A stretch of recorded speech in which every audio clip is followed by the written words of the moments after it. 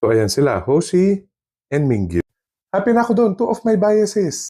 Like my top 2 biases sa 17. Di ba? Hindi ka pa ba matutuwa noon? Pero lo and behold, guess kung sino yung next na pinasok nila. Si Wonwoo. Sakto talaga yun sa order kung paano ko sila naging biases. Una talaga si Hoshi, pangalawa si Mingyu, tapos si Wonwoo.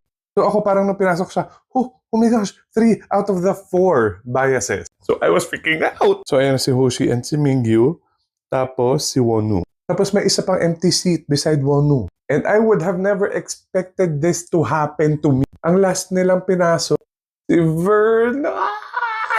Guys, you don't understand. This is my complete 17 bias line. Ayan silang 4 magkakatabi, guys. Oh, ayan silang 4. Diyos ko, day.